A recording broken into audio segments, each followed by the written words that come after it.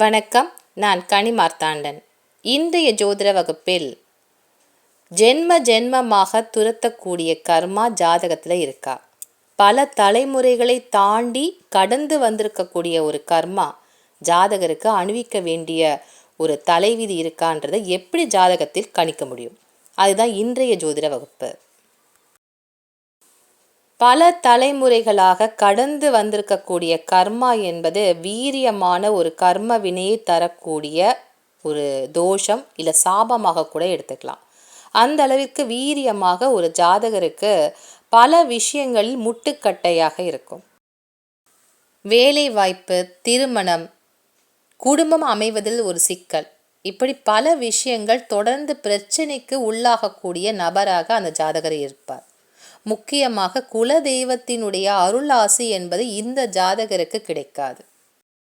குல தெய்வத்தினுடைய அருளாசி ஒரு ஜாதகருக்கு கிடைக்கவில்லை என்றாலே பல விஷயங்களில் முட்டுக்கட்டை என்பது இருக்கும். முக்கியமாக உடல் நலம், ஆரோக்கியம் சம்பந்தப்பட்ட விஷயத்தில் ஏதாவது ஒரு தீராத ஒரு வியாதி பிரச்சனையை தரக்கூடிய அமைப்பாக இருக்கும். அந்த வியாதிக்குன்னு ஒரு மருந்து சாப்பிட்டா அதை சீக்கிரத்தில் குணம் கிடைக்காது. ஏதாவது ஒரு வியாதி பிரச்சனை தொடர்ந்து கொண்டே தீராத தலைவலியாக அந்த ஜாதகருக்கு இருக்கும். குடும்பத்திலும் ஏதாவது ஒரு குழப்பம், சிக்கல், குடும்ப வாழ்க்கையில் ஒரு திருப்தியற்ற மன வாழ்க்கை என்பது ஜாதகருக்கு இருக்கும். இது எல்லாமே இந்த தொடரக்கூடிய கர்மா தான் மிக முக்கியமான ஒரு காரணகர்த்தா. தலைமுறையாக துரத்தி வரக்கூடிய இந்த கர்மாவை எப்படி நம்ம ஜாதகத்தில் கணிக்கலாம்? மீண்டு வர முடியாத ஒரு கர்ம பலனை தரக்கூடிய கிரகம் எது என்றால் அது ராகு. கர்ம வினைகளுக்கு தண்டனை தரக்கூடிய கிரகம் சனி. அப்போ ஜாதகரை கொல்லும் உரிமை கொண்ட கிரகம் மாந்தி. அப்போ இந்த கர்ம வினைக்குரிய பாதிப்புகளை தரக்கூடிய கிரகம் ஜாதகத்தில் நம்ம சனி எங்கே இருக்காரு, ராகு எந்த கட்டத்தில் இருக்கு, மாந்தி எந்த கட்டத்தில் இருக்காரு, இந்த 3 கிரகங்களையும் அடிப்படையாக வைத்துதான் கர்மா எந்த அளவுக்கு அந்த ஜாதகருக்கு வேதனை தரக்கூடியதாக ஜாதகத்தில் இருக்கு அப்படிங்கிறத கணிக்க முடியும். ராகு எந்த ஸ்தானத்தில் இருக்கின்றார்னு ஜாதகத்தில் பார்க்கணும். ஏன்னா ராகுவே போன பிறவியினுடைய கர்ம பலன்களை நமக்கு ஜாதகத்தில் தருவார். அதாவது கேதுவின் வழியாக அந்த பிறவி பலன் என்பது கேதுவின் வழியாக உள்ளே நுழைந்து ராகுவின் வழியாகத்தான் ஜாதகத்தில் நமக்கு கிடைக்கும். அப்போ இந்த ராகு மீள முடியாத கர்மா. ராகு எந்த ஸ்தானத்தில் இருக்காதோ அது நமக்கு ஒரு நிறைவேறாத ஆசையை காட்டக்கூடிய ஸ்தானம். எந்த ஸ்தானத்தில் இருந்தாலும் அது நிறைவேறாத ஒரு ஆசை அப்படின்றது போன பிறவியினுடைய கர்ம பலன்றதை நம்ம தெரிஞ்சுக்க முடியும். தலைமுறையாக தாண்டி வந்திருக்கக்கூடிய இந்த கர்ம பலன் என்பது இந்த ராகு கேதுவினுடைய அச்சுக்கு வெளியே இருக்கா அப்படின்றத நம்ம பார்க்கணும். இப்போ ராகு கேதுவினுடைய அச்சுக்கு வெளியே சனி இருந்தால் அந்த ஜாதகருக்கு கர்ம வினை பலன் என்பது பல தலைமுறைகளை தாண்டி வந்திருக்கு அப்படிங்கிறத நம்ம தெரிஞ்சுக்க முடியும். ராகு கேது அச்சுக்கு வெளியே நிற்கக்கூடிய சனி இந்த ராகு கேதுவின் மைய புள்ளியில் இருக்கான்றத பார்க்கணும். மைய புள்ளி அப்படிங்கிறது ராகுவிலிருந்து கேதுவிலிருந்து 4ஆம் இடம். ராகு பின்னோக்கி நகரக்கூடிய கிரகம் என்பதால் இப்போ இந்த ராசி கட்டத்தை பார்த்தீங்கன்னா கும்ப வீட்டில் இருக்கக்கூடிய ராகு படிப்படியாக நகருகின்ற பொழுது மகர வீடு, தனுசு வீடு என்று நகர்ந்து வருவார். கேதுவும் அதே போல் பின்னோக்கி நகரக்கூடிய கிரகமாக இருக்கிறதுனால கேது சிம்ம வீட்டில் இருந்தாலும் அடுத்தபடியாக கடக வீடு, மிதுன வீட்டை நோக்கி நகரக்கூடிய கிரகமாக செயல்படுவார். அப்போ சனி நிற்கக்கூடிய வீடு விருச்சிகத்தில் நின்றாலும் அல்லது ரிஷப ராசியில் சனி நின்றாலும் ஜாதகருக்கு ஒரு தீர்க்கப்படாத கர்ம பலன் என்பது தொடர்ந்து கொண்டே இருக்கு அப்படிங்கிறத நம்ம தெரிஞ்சுக்க முடியும். மைய புள்ளியில் நிற்கக்கூடிய சனியாக ஜாதகத்தில் இருந்தால் தீராத கர்மா என்பது ரொம்ப வீரியமாக ஜாதகருக்கு செயல்படும். அப்போ இந்த சனி கேதுவை நோக்கி நகருகின்றாரா அல்லது ராகுவை நோக்கி நகருகின்றாரா அப்படின்னு பார்க்கணும். விருச்சிகத்தில் இருக்கக்கூடிய சனி ராகு கேதுவினுடைய மைய புள்ளியில் இருந்தாலும் சனி ராகுவை நோக்கி நகரக்கூடியவராக இருக்கார். ரிஷபத்தில் இருக்கக்கூடிய சனியும் மைய புள்ளி என்றாலும் கேதுவை நோக்கி நகரக்கூடியவராக இருக்கார். ரிஷபத்தில் நிற்கக்கூடிய சனி கேதுவை நோக்கி நகர்கின்றார். அப்போ போன பிறவியில் நிறைவேற்ற முடியாத ஒரு கடமையை காட்டுகிறது. இந்த கடமைகளால் முடிச்சுட்டு போகணும்னு நினச்சிருப்போம். ஆனால் அந்த கடமைகளை நம்மால் நிறைவேற்ற முடியாமலேயே அந்த பிறவி என்பது முடிஞ்சிருக்கும்.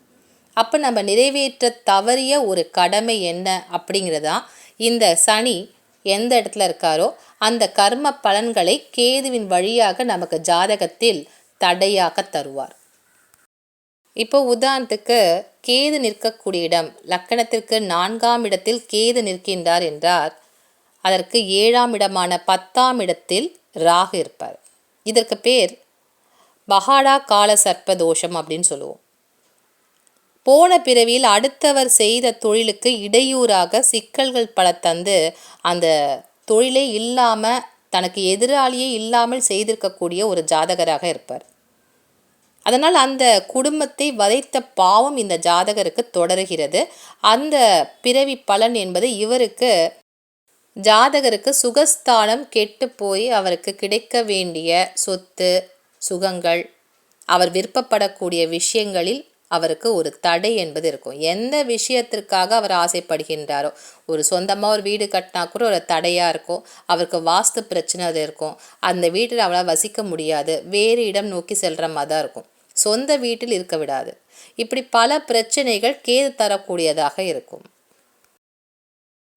ராகு கேது அச்சுக்கு வெளியே இருக்கக்கூடிய சனி இப்போ ராகுவினுடைய மைய புள்ளியில் அமர்ந்திருக்கின்றார் என்றால், அதாவது மைய புள்ளியாக வரக்கூடியது விருச்சிக வீடு.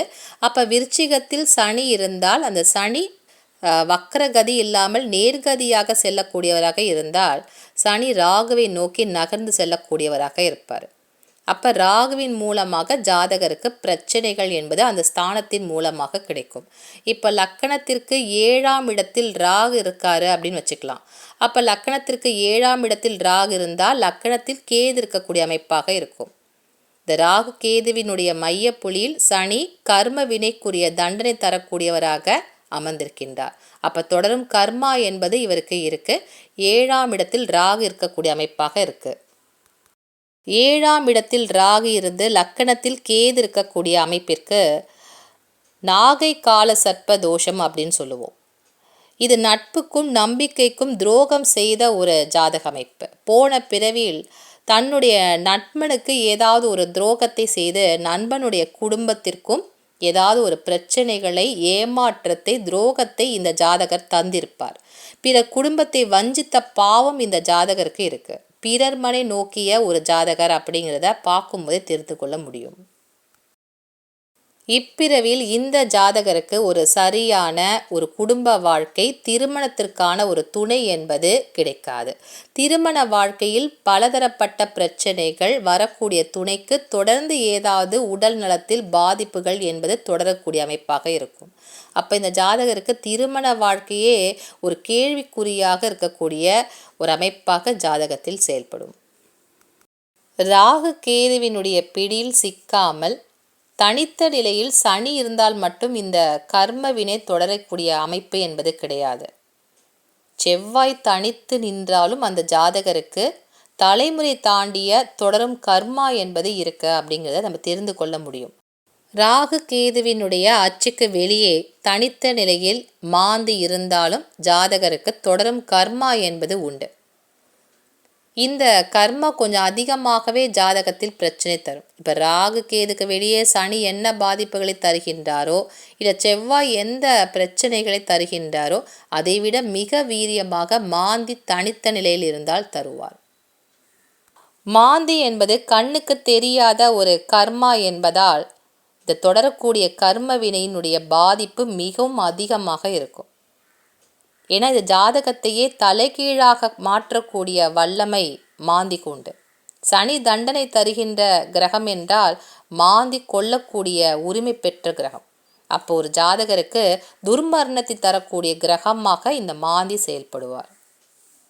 ராகு கேதுவினுடைய அச்சுக்கு வெளியே மாந்தி நின்று லக்கணத்திற்கு கேந்திர ஸ்தானங்களான 1, 4, 7, 10 இந்த ஸ்தானங்களை மாந்தி இருக்காரு. அதுவும் ராகு கேது அச்சுக்கு வெளியே மாந்தி இருக்கக்கூடிய அமைப்பாக இருக்கு அப்படின்னு சொன்னால், இந்த பிறவியில் தவறு செய்ய போகும்போது ரொம்ப கவனமாக அந்த ஜாதகர் இருக்கணும். ஏன்னா என்ன தவறு செய்தாலும் உடனடியான ஒரு பலன் பாதிப்பு ஜாதகருக்கு கிடைத்தே தீரும். அப்போ இந்த கேந்திர ஸ்தானத்தில் மாந்தி தனித்திருந்து ராகு கேது அச்சுக்கு வெளியே இருக்காருன்னா, இந்த பிறவியில் யாருக்காவது ஒரு தவறு ஒரு துரோகம் செய்ய நினைத்தாலும் உடனே மாந்தி பழி வாங்கிடுவார் அப்படிங்கிறத நம்ம தெரிஞ்சுக்கணும். நிழலாக நம்மை துரத்தக்கூடிய இந்த பரம்பரை கர்மா எது எப்படி கணிக்கணுன்றது இன்னைக்கு ஜோதிட வகுப்பில் நீங்கள் தெரிஞ்சிட்ருப்பீங்க. எந்த கிரகங்கள் ராகு கேது அச்சுக்கு வெளியே இருக்குன்னு பாருங்கள். சனி இருக்காரா, இல்லை செவ்வாய் இருக்கா, மாந்தி இருக்கா. இந்த 3 கிரகங்களில் ஏதாவது ஒன்று தனித்த நிலையில் இருந்தால் அந்த ஜாதகருக்கு தொடரும் கர்மா என்பது இருக்குது அப்படிங்கிறத நம்ம தெரிஞ்சுக்க முடியும். ராகு கேதுவினுடைய மைய புள்ளியில் இருக்கின்ற பொழுது ஒரு பலம் வாய்ந்த ஒரு சாபமாக ஜாதகத்தில் செயல்படும். அப்போ அந்த கர்மா ரொம்ப வீரியமாக இருக்குது. இந்த பிறவில் நமக்கு பலத்த பிரச்சனைகளை தர காத்திருக்கு அப்படிங்கிறத நம்ம தெரிஞ்சுக்க முடியும். இன்றைய ஜோதிட வகுப்பில் இது தலைமுறையாக தொடரக்கூடிய கர்மாவை எப்படி நம்ம கணிக்க முடியும், அதற்கான வகுப்பு நீங்கள் பார்த்தீங்க. மீண்டும் அடுத்த வகுப்பில் நல்ல பல விஷயங்களுடன் உங்களை சந்திக்கின்றேன். நன்றி, வணக்கம்.